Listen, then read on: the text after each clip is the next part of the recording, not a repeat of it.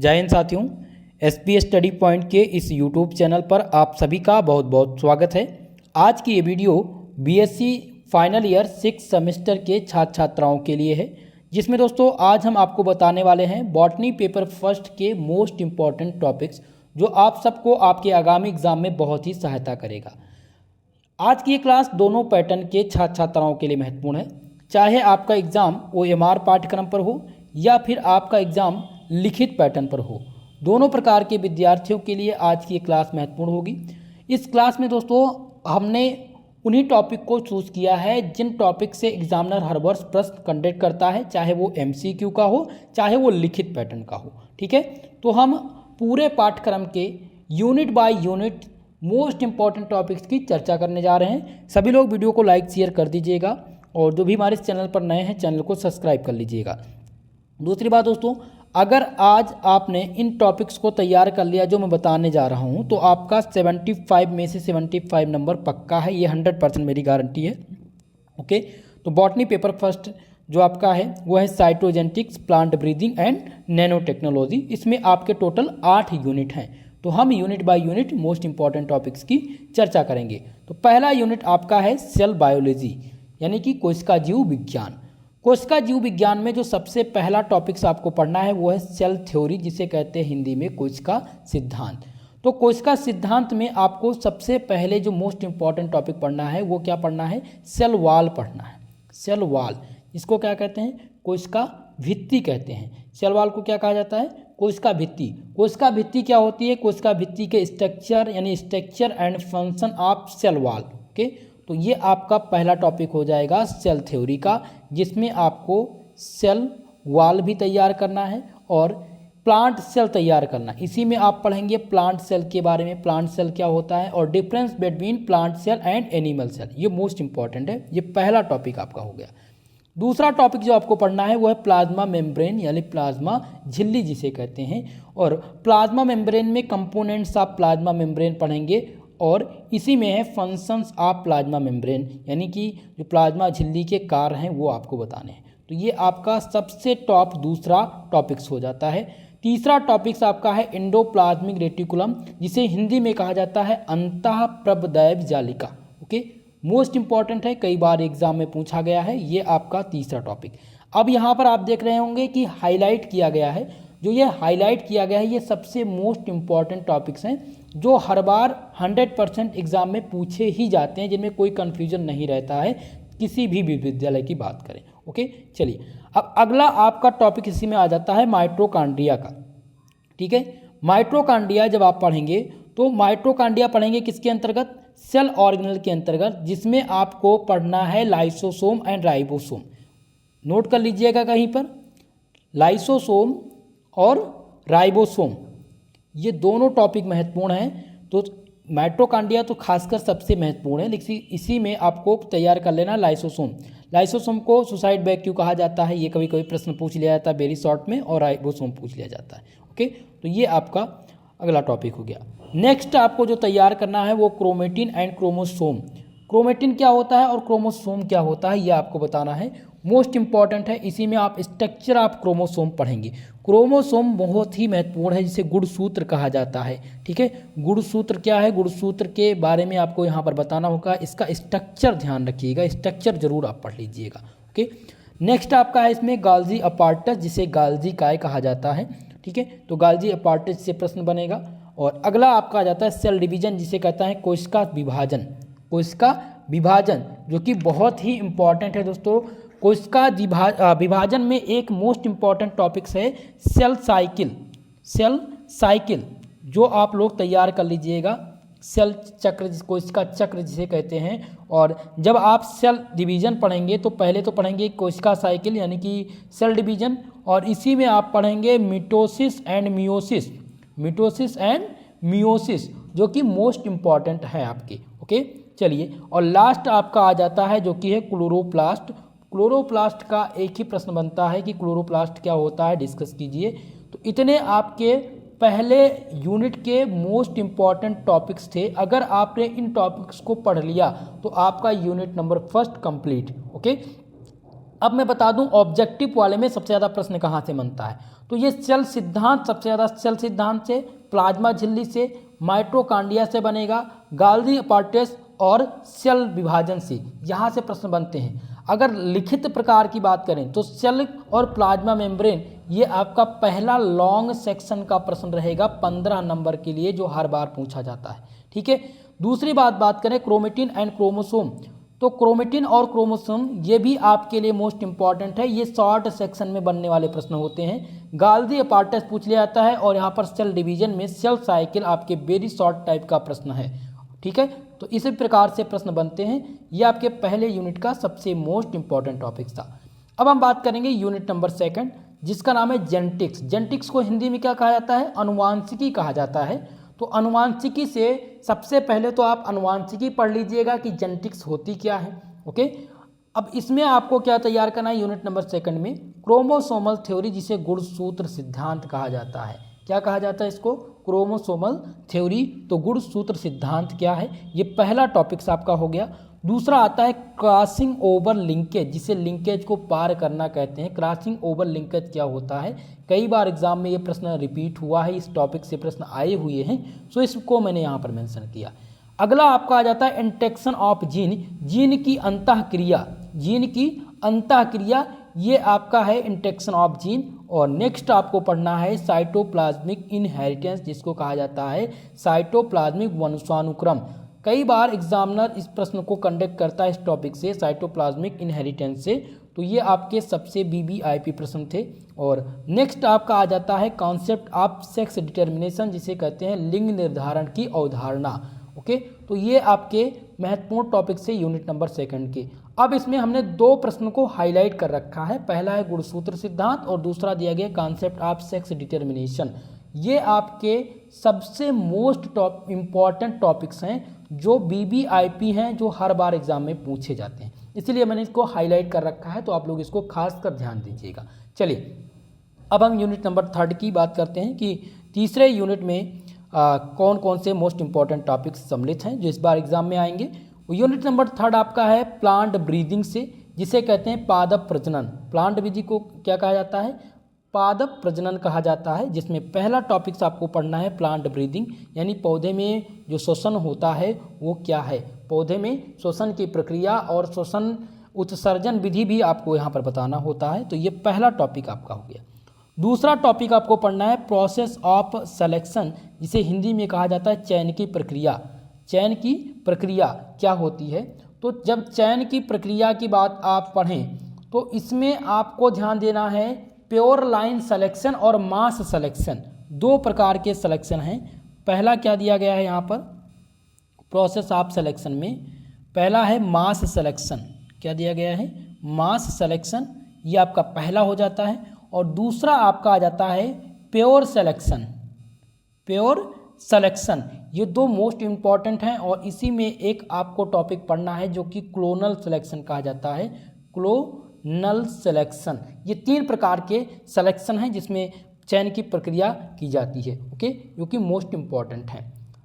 अब नेक्स्ट आपको इसमें पढ़ना है म्यूटेशन एंड ब्रीडिंग, जिसे उत्सर्जन एवं प्रजनन कहते हैं, उत्सर्जन एवं प्रजनन कहते हैं, ये कि मोस्ट इंपॉर्टेंट है। और इसमें आप जब म्यूटेशन और प्रजनन पढ़ेंगे तो इसमें पढ़ेंगे टाइप्स ऑफ म्यूटेशन, यानी उत्सर्जन के प्रकार, उत्सर्जन के कितने टाइप्स हैं, कितने प्रकार हैं, ये आपको पढ़ना होगा। फिर आप पढ़ेंगे methods of mutation induction, significance of mutation in plant breathing, plant breathing में क्या सिग्निफिकेशन है उत्सर्जन के विधि का। और लास्ट में है मॉलिक्यूलर ब्रीदिंग, मॉलिक्यूलर ब्रीदिंग आपकी क्या होती है, ये आपके किसके अंतर्गत आती है, म्यूटेशन एंड ब्रीदिंग के अंतर्गत। नेक्स्ट आपका जो टॉपिक है वह है मेल स्टेरिलिटी, जिससे कहते हैं पुरुष बाझपन। क्या कहा जाता है इसको, पुरुष बाझपन कहा जाता है कि पुरुष में जो बाझपन होता है वो किस कारण से होता है, ये आपको यहाँ पर बताना होता है, जिसमें आप पढ़ेंगे इंपॉर्टेंस आप, यानी कि पुरुष में बाझपन की महत्वता क्या है। ठीक है, ये भी आपको इसमें लिखना होगा। तो ये आपका यूनिट नंबर 3 हो जाएगा। इतना, यानी कि केवल 4 टॉपिक्स आपको यूनिट नंबर 3 से तैयार करने हैं। अब हम बात करते हैं यूनिट नंबर 4, यानी चौथा यूनिट है जो कि मोस्ट इंपॉर्टेंट है, बायोस्टैटिक्स, जिसे जैव सांख्यिकी कहते हैं। यहाँ से खूब प्रश्न आपके एग्जाम में बनते हैं। टॉपिक्स तो इसमें 3 ही हैं, हमने यहाँ से केवल और केवल आपके 3 टॉपिक्स चूज किए हैं, लेकिन ये 3 टॉपिक्स ऐसे हैं जिनसे बहुत प्रश्न MCQ टाइप के बनते हैं और रिटर्न पैटर्न के। ओके, तो पहला आपका हो जाता है बायोस्टैटिक्स, जिसे कहते हैं जैव सांख्यिकी। जैव सांख्यिकी क्या है? अब इसी में जैव सांख्यिकी किसने दिया था, ये MCQ टाइप बनेगा, और कब इसकी खोज की गई थी, ये पहला प्रश्न हो गया। जैव सांख्यिकी का महत्व क्या है, इसकी स्टडी क्यों की जाती है, या किसके अंतर्गत की जाती है, ये प्रश्न बन सकता है। यह आपका हो जाएगा पहला जैव सांख्यिकी यानी बायोस्टैटिक्स। दूसरा आ जाता है बायोमेट्री, ज्यामिति किसे कहते हैं। तीसरा है कंप्यूटर एप्लीकेशन इन बायोस्टैटिक यानी जैव सांख्यिकी में कंप्यूटर का अनुप्रयोग क्या है। बहुत ही महत्वपूर्ण है ये तीनों टॉपिक्स, MCQ जिनका एग्ज़ाम होना है उनके लिए खासकर वेरी मोस्ट इम्पॉर्टेंट है। यूनिट नंबर आपका 4 और रिटर्न पैटर्न के लिए ये तीनों तैयार करना है, क्योंकि जनसांख्यिकी से एक प्रश्न आएगा और कंप्यूटर सिस्टम से आपके प्रश्न पूछे जाएंगे, इस बात का विशेषकर ध्यान रखेंगे। चलिए अब हम बात करते हैं यूनिट नंबर 5। 5वां यूनिट है आपका प्लांट टिश्यू कल्चर, जिसे कहा जाता है पादप ऊतक संवर्धन। क्या कहा जाता है इसको? पादप ऊतक संवर्धन। तो पादप ऊतक संवर्धन, तो ये पहला टॉपिक्स आपका यही हो जाएगा कि प्लांट टिश्यू कल्चर होते क्या हैं। दूसरा टॉपिक्स इसमें आपको पढ़ना है एम्ब्रायोजेनेसिस एंड ऑर्गेनोजेनेसिस, जिसे भ्रूण जनन और अंग जनन कहा जाता है। जरूर आएगा ये, 100% आप इसको नोट कर लीजिएगा, ये आपके एग्जाम में पूछे जाएंगे, इसीलिए मैंने इसको हाईलाइट कर रखा है। दोनों में डिफरेंस भी पूछा जा सकता है और दोनों को शॉर्ट नोट लिखने के लिए भी आ सकता है, तो इस बात को विशेषकर ध्यान रखेंगे।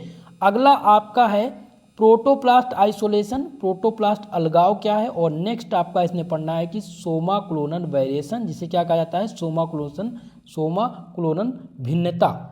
ये बहुत ही महत्वपूर्ण है, इसमें कई टॉपिक्स आपके सम्मिलित हैं सोमा क्लोनन थ्योरी में, ठीक है, जिसमें आप आगे पढ़ेंगे नैनो टेक्नोलॉजी के बारे में, जो मैं आपको बताऊंगा, ठीक है। इसमें आप पढ़ेंगे application of Soma clonal variation, Soma clonal भिन्नता की जो अनुप्रयोग हैं वो क्या हैं।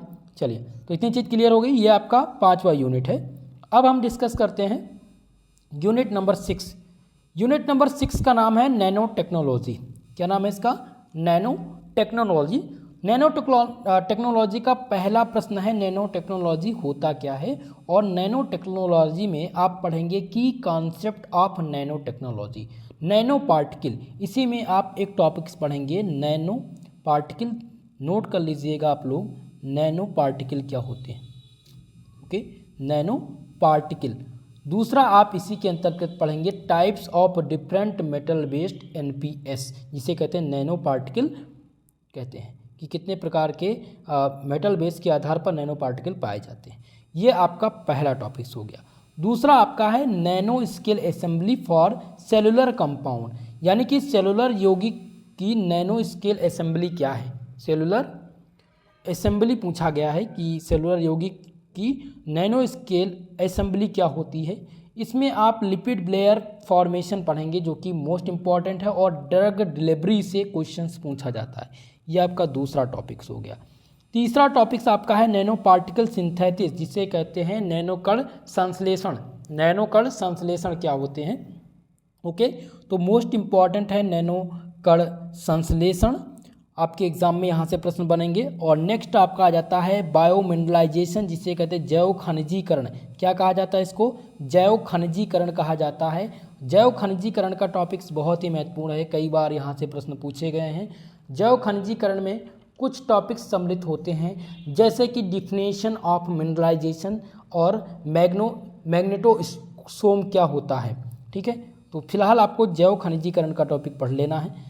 अगला आपका है नैनो पार्टिसाइड, जिसे कहते हैं पैरासाइट कहते हैं, जिसको नैनो कीटनाशक कहते हैं। क्या कहा जाता है इसको? नैनो कीटनाशक। क्वेश्चन है कि नैनो कीटनाशक क्या होता है। और लास्ट आपका यूनिट है नैनो सेंसर, जिसे क्या कहा जाता है? नैनो सेंसर कहते हैं। नैनो सेंसर में आपसे केवल एक ही क्वेश्चन पूछता है कि define the nano sensor.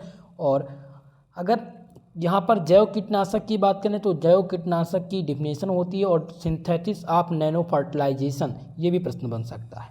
Okay, तो ये आपके कुछ महत्वपूर्ण टॉपिक थे, जिसमें नैनो कण संश्लेषण और नैनो सेंसर, ये आपके सबसे मोस्ट इम्पॉर्टेंट टॉपिक्स हैं यूनिट नंबर 6 के। अब हम डिस्कस करेंगे यूनिट नंबर 7, जिसमें पूछा गया है, जिसका नाम है artificial intelligence in plant science, यानी पादप विज्ञान में कृत्रिम बुद्धिमत्ता। मोस्ट इम्पॉर्टेंट, सबसे आपके पूरे पाठ्यक्रम का सबसे इम्पॉर्टेंट यूनिट है। यहाँ से खूब प्रश्न आपके एग्जाम में बनेंगे। पहला आपको जो टॉपिक तैयार करना है वो है artificial intelligence in plant science, यानी पादप विज्ञान में कृत्रिम बुद्धिमत्ता। ये आपका पहला टॉपिक्स हो जाएगा। दूसरा टॉपिक्स जो आपका है, इसमें आप पढ़ेंगे बिग डेटा एनालिसिस के बारे में। बिग डेटा एनालिसिस में आप पढ़ेंगे big data analysis and agriculture. थोड़ा सा एग्रीकल्चर से रिलेटेड इसमें प्रश्न पूछ लिया जाता है बिग डेटा एनालिसिस में। अगर आप बात करें पादप विज्ञान में कृत्रिम बुद्धिमत्ता का, तो इसमें आर्टिफिशियल इंटेलिजेंस यानी कि कृत्रिम बुद्धिमत्ता क्या होती है, ये प्रश्न सबसे ज़्यादा पूछा जाता है। और इसी में पूछ लिया जाता है कि आर्टिफिशियल इंटेलिजेंस को कैसे हम डिवाइड कर सकते हैं 2 कैटेगरी में। ठीक है, ये आपको बताना है कि आर्टिफिशियल इंटेलिजेंस को हम क्या 2 प्रकार से विभाजित कर सकते हैं। तीसरा इसी में आपसे क्वेश्चन पूछता है role and significance of artificial intelligence in plant science, यानी प्लांट साइंस में एआई इंटेलिजेंस बुद्धिमत्ता का, यानी कृत्रिम बुद्धिमत्ता का क्या योगदान है, ये आपको बताना है। मोस्ट इंपॉर्टेंट है आपका ये पहला टॉपिक है।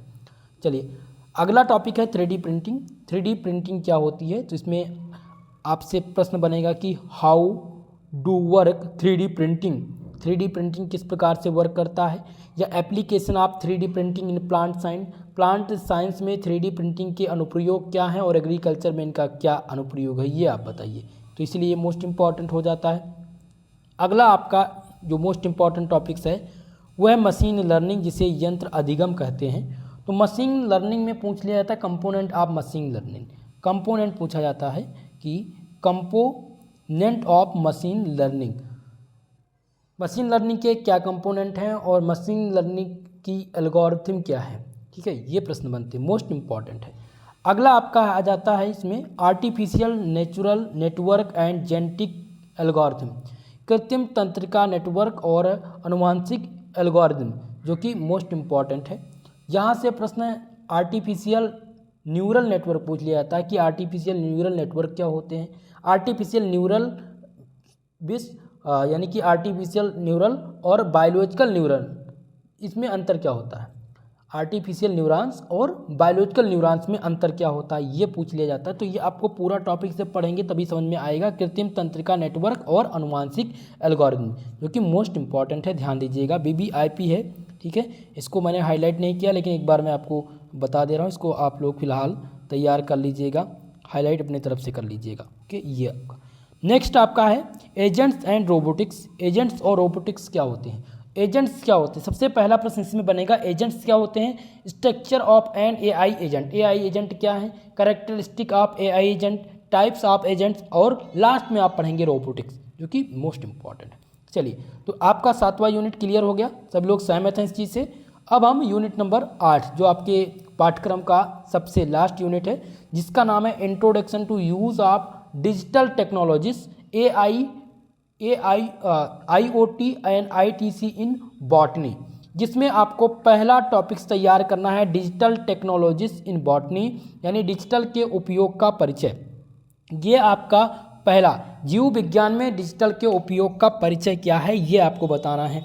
ठीक है। दूसरा आपका है एजुकेशनल सॉफ्टवेयर इन बॉटनी, वनस्पति विज्ञान में शिक्षा सॉफ्टवेयर क्या है, यानी कि वनस्पति जगत में जो विभिन्न प्रकार के शिक्षा सॉफ्टवेयर बनाए गए हैं वो क्या हैं, और उनकी मदद से हम बॉटनी में क्या कर सकते हैं, क्या अच्छा कर सकते हैं, ये आपको बताना है। ये आपको क्वेश्चंस 100% मिलेगा एग्जाम में, और ऑब्जेक्टिव प्रकार के खूब प्रश्न बनेंगे, इस बात का ध्यान रखेंगे आप लोग। सो इसलिए मैंने इसको हाईलाइट कर रखा है education software in botany. Botany में जो एजुकेशन सॉफ्टवेयर है उनके नाम आप तैयार कर लीजिएगा, और उनका काम क्या, वर्क क्या है बॉटनी में, ये भी आप तैयार कर लेंगे।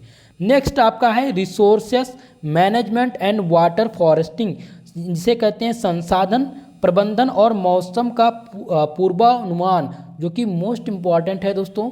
इसमें आप पढ़ेंगे सबसे इम्पॉर्टेंट, अगर मैं कहूँ तो यही आपका है पूरे टॉपिक्स का, क्योंकि सबसे ज़्यादा प्रयोग इस समय दैनिक जीवन में इसका किया जा रहा है। तो इसमें प्रश्न बनेगा कि digital technologies for the efficient resource management in botany, या फिर पूछ लेगा कि how to use AOT for weather forecasting and importance in agriculture या इम्पैक्ट्स ऑफ एग्रीकल्चर, ये प्रश्न बनता है। तो आपको ढंग से तैयार करना है संसाधन प्रबंधन और मौसम का पूर्वानुमान। चलिए नेक्स्ट आपका आ जाता है IoT in botany. IoT in botany, IoT in botany में पढ़ेंगे आप क्या, जिसे कहते हैं इंटरनेट ऑफ थिंकिंग। IoT का फुल फॉर्म क्या होता है, internet, I for internet, O for of और T फॉर थिंकिंग। नोट कर लीजिएगा इसको, ठीक है। चलिए IoT यानी कि मैंने यहाँ पर आपको बता दिया है इंटरनेट, दूसरा हो जाएगा ऑफ और T फॉर हो जाएगा थिंग्स, THINGS, थिंग्स, ओके। इसे सफिक्स में हम लिख सकते हैं IoT। पूछे IoT इन बॉटनी क्या है, ठीक है, तो आप क्या बताएंगे, internet of thinking in botany पूछ रहा है। चलिए और अगला आपसे है ICT एप्लीकेशन। ICT एप्लीकेशन क्या है, तो यहाँ पर हो जाता है internet crop and horticulture, application of IT application for crop and horticulture, जो कि मोस्ट इंपॉर्टेंट है दोस्तों। ICT एप्लीकेशन क्या पूछा जाता है, ICT application for crop and horticulture, जिसमें ICT एप्लीकेशन क्या होता है, और इसी में पूछ लिया जाता है कि एग्रीकल्चर में इसकी क्या भूमिका है, ये आप बताइए। सो आपके सबसे मोस्ट इम्पॉर्टेंट टॉपिक्स मैंने आज इस क्लास में कवर कर लिए हैं। कल की क्लास में हम आपके पेपर नंबर 2 के मोस्ट इम्पॉर्टेंट टॉपिक्स को लेकर के आप सबके सम्मुख उपस्थित होंगे। जूलॉजी और केमिस्ट्री, जूलॉजी केमिस्ट्री का भी कल ही वीडियो मैं अपलोड कर दूंगा, क्योंकि आप सबके एग्ज़ाम नज़दीक हैं और कम समय में आपको बेटर तैयारी करनी है। दूसरी बात दोस्तों, ये आपको टॉपिक्स आज पता चल गया, जिनके पास नोट्स होगा तो वो अपनी तैयारी जारी रखिएगा, अन्यथा जिनके पास नोट्स नहीं है, मैं इन सभी टॉपिक्स के नोट्स आपको टेलीग्राम चैनल पर प्रोवाइड करा दूंगा, या आप अगर वीडियो देख रहे हैं तो डिस्क्रिप्शन बॉक्स में जाइए, जहां पर लिंक मिलेगा, डायरेक्ट आप इस क्लास के PDF को भी आपको वहीं से मिल जाएगा और इसके सोल्यूशन भी आपको वहीं से मिल जाएंगे। इसके पहले हमने मॉडल पेपर भी बता दिया है और जल्दी ही प्रयास करेंगे कि पूरे पाठ्यक्रम के जो सबसे टॉप प्रश्न हैं वो आपको बता दें विथ सॉल्यूशन, ओके। तो दोस्तों वीडियो को लाइक शेयर कर दीजिएगा, ढेर सारा प्यार इस वीडियो पर दीजिएगा। अगर चैनल पर नए हैं तो आप सबसे मेरा सविनय निवेदन है, हमारे चैनल को सब्सक्राइब कर लीजिएगा, सपोर्ट कीजिएगा, ओके। तो आज के लिए बस इतना ही, मिलते हैं किसी नेक्स्ट वीडियो में, तब तक के लिए जय हिंद जय भारत।